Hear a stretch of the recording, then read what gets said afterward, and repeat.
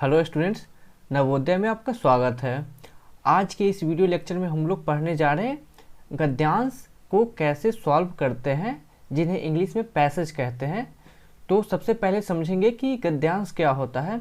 तो गद्यांश एक छोटा सा कहानी दिया होगा आपको और उसके बेसिस पे 4-5 क्वेश्चन दिए होंगे और उस क्वेश्चन का आंसर जो है आपको उस गद्यांश में ही छिपा हुआ होगा, जिससे आपको ढूंढकर आंसर करना होता है। तो चलिए इस चैप्टर को स्टार्ट करते हैं। तो सबसे पहले क्या करेंगे, हम पूरे गद्यांश को अच्छे से पढ़ेंगे और उसे समझने की कोशिश करेंगे और जो अलग अलग टर्म या शब्द यूज होंगे उन्हें याद रखने की कोशिश करेंगे ताकि हमें क्वेश्चन जल्दी से सॉल्व कर ले। तो चलिए स्टार्ट करते हैं। देखिए, प्राचीन काल में यूनान का ओलंपिया नगर ओलंपिक खेलों का स्थान था। शहर का नाम क्या है? ओलंपिया नगर। और वो किस लिए प्रसिद्ध था? ओलंपिक खेलों के लिए प्रसिद्ध था।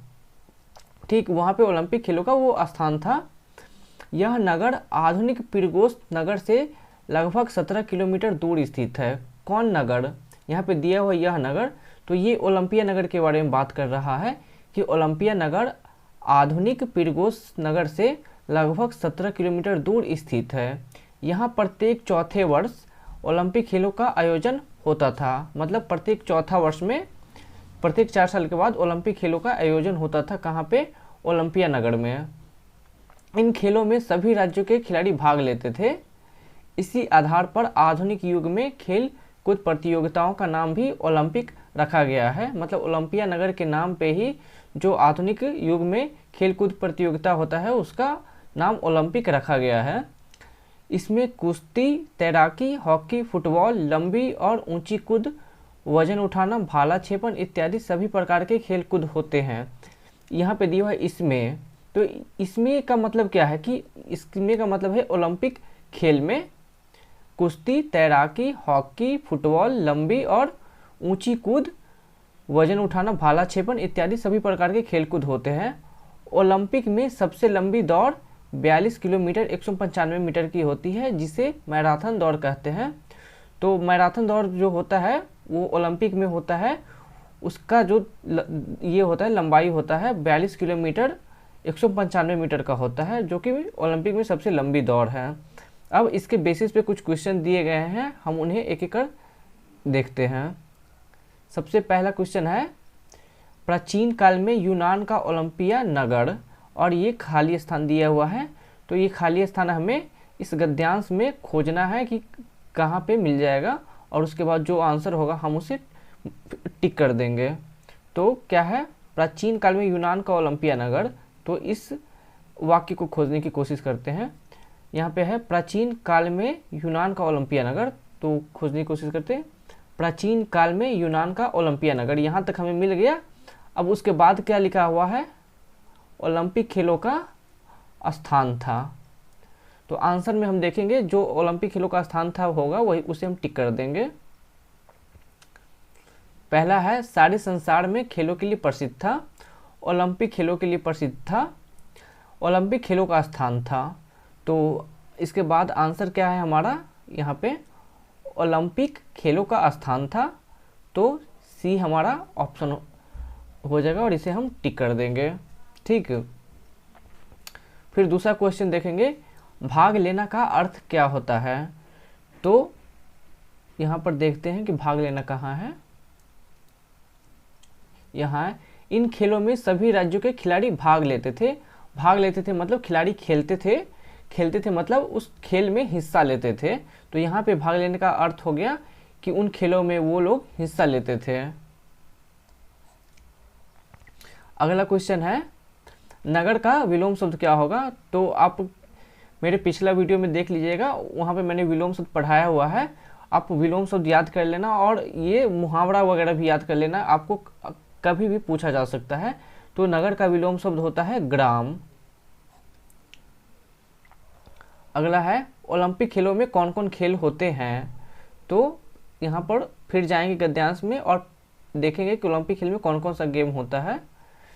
तो दिया हुआ है इसमें, मतलब ओलंपिक में कुश्ती, तैराकी, हॉकी, फुटबॉल, लंबी और ऊंची कूद, वजन उठाना, भाला छेपन इत्यादि सभी प्रकार के खेलकूद होते हैं।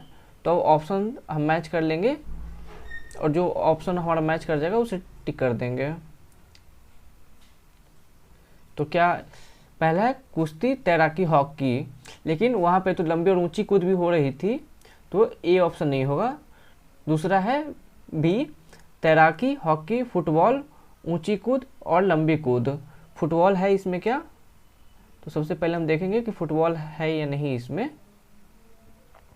फुटबॉल है, कुश्ती है, तैराकी, हॉकी, फुटबॉल, लंबी कूद, ऊंची कूद, वजन उठाना और भाला छेपन भी है। लेकिन इसमें वजन उठाना और भाला छेपन नहीं है, तो बी भी हमारा ऑप्शन नहीं होगा। इसमें वजन उठाना, भाला छेपन तो है, लेकिन तैराकी, हॉकी वगैरह नहीं है, तो सी भी नहीं होगा। इसमें देखते हैं कुश्ती, तैराकी, हॉकी, फुटबॉल, इसमें सब कुछ है, तो हमारा आंसर डी हो जाएगा। अब अगला है मैराथन दौड़ सबसे लंबी होती है, ओलंपिक खेलों में होती है, यूनान के ओलंपिक नगर में होती है, ओलंपिक की सबसे लंबी दौड़ है जो 142 किलोमीटर 195 मीटर का है। तो हम यहाँ पे फिर जाएंगे गद्यांश में और देखेंगे मैराथन दौड़ से रिलेटेड कौन सा वाक्य है। तो सबसे पहले मैराथन दौड़ देखेंगे। मैराथन दौड़ यहाँ है, तो उससे रिलेटेड वाक्य ये हो, ओलंपिक में सबसे लंबी दौड़। ओलंपिक में सबसे लंबी दौड़ जो होती है वो 42 किलोमीटर 195 मीटर की होती है, उसे ही मैराथन दौड़ कहते हैं। तो ओलंपिक की सबसे लंबी दौड़, देखते हैं कहाँ आता है ये सबसे लंबी दौड़। इसमें ओलंपिक नहीं दिया हुआ है, जबकि हमारे गद्यांश में ओलंपिक का चर्चा है। ओलंपिक शब्द का ओलंपिक खेलों में होती है, वो सही है, लेकिन कितने किलोमीटर की होती है, कितनी मीटर की होती है, ये नहीं है। यूनान के ओलंपिक नगर में होती है। पहले यूनान के ओलंपिक नगर में होता था, लेकिन अब तो ओलंपिक हर जगह होता है। ओलंपिक की सबसे लंबी दौड़ जो 42 किलोमीटर 195 मीटर की होती है, तो हमारा आंसर डी हो जाएगा। स्टूडेंट, एक और गद्यांश देखते हैं। श्री शंकराचार्य पहाड़ी श्रीनगर का सबसे ऊंचा स्थान है। कौन सी पहाड़ी है? श्री शंकराचार्य पहाड़ी किस स्थान का सबसे ऊंचा है स्थान है? किस शहर का? श्रीनगर का। यह मठ बहुत पुराना है और जनश्रुति के अनुसार, जनश्रुति मतलब होता है, जन मतलब होता है लोग, और श्रुति मतलब लोगों के सुने हुए के अनुसार, ठीक। यहाँ का मंदिर पांडव वंश के राजाओं का बनाया हुआ है। यहाँ शिवजी और शंकराचार्य की मूर्तियां हैं। यहाँ पर पांडव वंश के राजा ने बनाया था। और यहाँ मूर्तियां किनकी है? शिवजी और शंकराचार्य की मूर्तियां हैं। और मंदिर तक पहुँचने के लिए सीढ़ियाँ चढ़नी पड़ती है। मंदिर तक पहुँचने के लिए क्या करता पड़ता है? सीढ़ियाँ चढ़ना पड़ता है। पहले सड़क से पैदल ही मंदिर तक पहुँच सकते थे। पहले सड़क से पैदल ही मंदिर तक पहुँच सकते थे, अब मोटर से भी जाया जा सकता है। मतलब पैदल और मोटर अब दोनों से जा सकते हैं।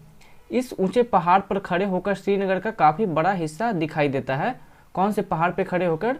श्री शंकराचार्य पहाड़ पे खड़े होकर आप श्रीनगर का बहुत बड़ा हिस्सा देख सकते हैं। श्रीनगर की डल झील, तैरते बाघ और उनके चारों ओर की पहाड़ियों के निराले दृश्य बड़े ही मनोहारी है। मनोहारी मतलब बहुत ही रोचक है, रोमांचित है। तो रोमांचित क्या क्या है? श्रीनगर की डल झील, तैरते हुए बाघ और उनके चारों ओर की पहाड़ियों के निराले दृश्य रोचक है या फिर मनोहारी है। केरल में जन्मे जगत गुरु शंकराचार्य जी को उत्तर भारतीय सीमा पर इस गौरवपूर्ण पद पर प्रतिष्ठित देखकर मेरा मन गर्व का अनुभव कर रहा था। जगत गुरु शंकराचार्य जी का जन्म कहाँ हुआ था? केरल में। और जो लेखक है उसका मन क्यों गर्व अनुभव कर रहा था? क्योंकि उनका जन्म तो केरल में हुआ था, लेकिन केरल साउथ में है, मतलब साउथ मतलब दक्षिण में है। केरल में जन्मे जगत गुरु शंकराचार्य जी का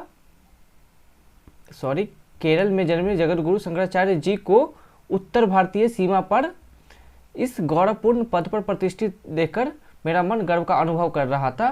केरल जो कि दक्षिण में है, लेकिन दक्षिण में जन्मे एक जगत गुरु शंकराचार्य जी को उत्तर भारतीय सीमा पर इस गौरवपूर्ण पद पर प्रतिष्ठित देखकर जो लेखक है उनका मन गर्व अनुभव कर रहा था।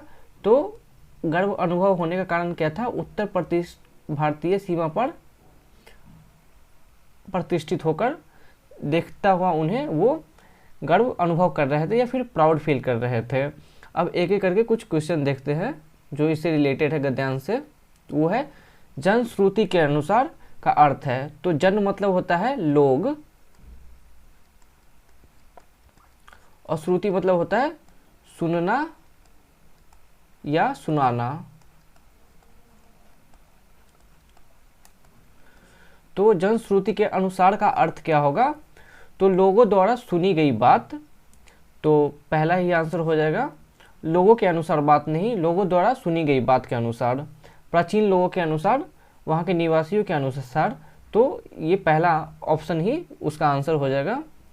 दूसरा है यहाँ की मूर्तियाँ, यहाँ और ये खाली स्थान दिया हुआ है, यहाँ की मूर्तियाँ हैं और मंदिर तक पहुँचने के लिए सीढ़ियाँ चढ़नी पड़ती है। तो यहाँ कौन सी मूर्तियाँ हैं? ऑप्शन दिया हुआ है हमारे पास शिवाजी और शंकराचार्य, शिवजी और शंकराचार्य, और डी है श्रीनगर। तो हम फिर क्या करेंगे, गद्यांश पे लौटते हैं और देखते हैं किनकी मूर्तियाँ हैं वहाँ पे। तो यहाँ पर देखेंगे, यहाँ शिवजी है ये और शंकराचार्य। तो वहाँ पे किनकी मूर्तियाँ है? शिवजी और शंकराचार्य की। तो शिवाजी तो नहीं होगा। यहाँ पे देखिए, यहाँ पे शिवाजी है जबकि मूर्तियाँ किनकी थी? शिवजी की थी। तो ये भी नहीं होगा। और यहाँ पे शिवजी और शंकराचार्य, तो वहाँ पे शिवजी और शंकराचार्य की मूर्तियाँ है। किसके दृश्य बड़े मनोहारी है? श्रीनगर के डाब झील के, डल झील और पहाड़ियों के। श्रीनगर की डल झील, तैरते बाघ और उनके चारों ओर की पहाड़ियों के। तो फिर गद्यांश पे लौटते हैं और देखते हैं किनके दृश्य मनोहारी है। तो किनके दृश्य मनोहारी है? श्रीनगर की डल झील, तैरते बाघ और उनके चारों ओर की पहाड़ियों के निराले दृश्य बड़े ही मनोहारी है। तो श्रीनगर की डल झील, तैरते बाघ और उनके चारों ओर की पहाड़ियों की खूबसूरती ही के जो है वो दृश्य बड़े ही मनोहारी है। अगला है, जगत गुरु शंकराचार्य का जन्म कहाँ हुआ था? तो फिर गद्यांश पे लौटते हैं और यहाँ देखते हैं केरल में उनका जन्म हुआ था। तो सबसे पहले जो इम्पोर्टेंट पॉइंट हो आपको गद्यांश पढ़ते टाइम, उनको आप ये मार्क कर लीजिए और उसी तरह के मतलब जो क्वेश्चन होंगे उन्हीं बेस्ड होंगे। उनका जन्म कहाँ हुआ था? केरल में। लेखक अपने मन में गर्व का अनुभव कब करता है? तो है जब वह अपनी रचनाओं को देखता है। तो इस तरह का कोई बात नहीं था जब हमने पढ़ा था गद्यांश। तो जब वह केरल में जन्मे जगत गुरु शंकराचार्य जी को उत्तर भारतीय सीमा पर प्रतिष्ठित देखता है। तो आंसर ये हो जाएगा हमारा, क्योंकि हमने यहाँ पे इसे मार्क कर रखा था इम्पोर्टेंट जब हम गद्यांश पढ़ रहे थे तब। यहाँ केरल में जन्मे जगत गुरु शंकराचार्य जी को उत्तर भारतीय सीमा पर इस गौरवपूर्ण पद पर प्रतिष्ठित देखकर मेरा मन, मतलब जो राइटर है या लेखक है, का मन गर्व का अनुभव कर रहा था। तो इस तरह हमने देख लिया, गद्यांश पढ़ लिया और उसके बेसिस पे दो गद्यांश का क्वेश्चन आंसर कर लिया। और आप क्या कीजिए, जाकर प्रैक्टिस कीजिए। जितना ज़्यादा प्रैक्टिस करेंगे उतना आपको कॉन्फिडेंस आएगा और आसानी से आपको ये सारी चीज़ें समझ में आ जाएंगी। और गद्यांश सॉल्व करने से पहले आपको मैं एक टिप्स दे रहा हूँ, वो याद रखिएगा। इसके लिए पहले आप समानार्थी शब्द याद कर लीजिए, विलोम शब्द याद कर लीजिए, कुछ मुहावरे याद कर लीजिए और उसके बाद इन गद्यांश को लगाइए। आपको ये बनाने में बहुत ही आसानी होगा। तो आज का ये चैप्टर यहीं तक है। अगर आपको कोई डाउट रह गया हो या कोई टॉपिक समझ ना आया हो तो प्लीज़ नीचे कमेंट कर दीजिएगा या फिर दिए गए व्हाट्सएप नंबर पे आप मुझे कभी भी मैसेज कर सकते हैं, मैं आपको ज़रूर रिप्लाई दूंगा। और जिन स्टूडेंट्स को नवोदय, सैनिक, सिमुलतला या फिर नेटरहाट या इस तरह के किसी और स्कूल की तैयारी ऑनलाइन करनी है तो प्लीज़ प्ले स्टोर से नवोदय नाम का ऐप डाउनलोड कर लीजिए, जिसका लिंक डिस्क्रिप्शन बॉक्स में दिया गया है। वहाँ पे आपको free of cost online live classes करवाई जाएंगी, कंटेंट प्रोवाइड किया जाएगा वो भी फ्री। और वहाँ पे आप कभी भी बेझिझक डाउट पूछ सकते हैं बिना ₹1 खर्च किए हुए। तो आज का ये चैप्टर यहीं था, इसे क्लोज करते हैं। और अंत में यही कहना चाहूँगा कि अगर आपको ये वीडियो पसंद आया तो प्लीज़ इसे लाइक कीजिए, चैनल को सब्सक्राइब कीजिए और अपने दोस्तों के साथ इसे शेयर ज़रूर कीजिए। Thank you.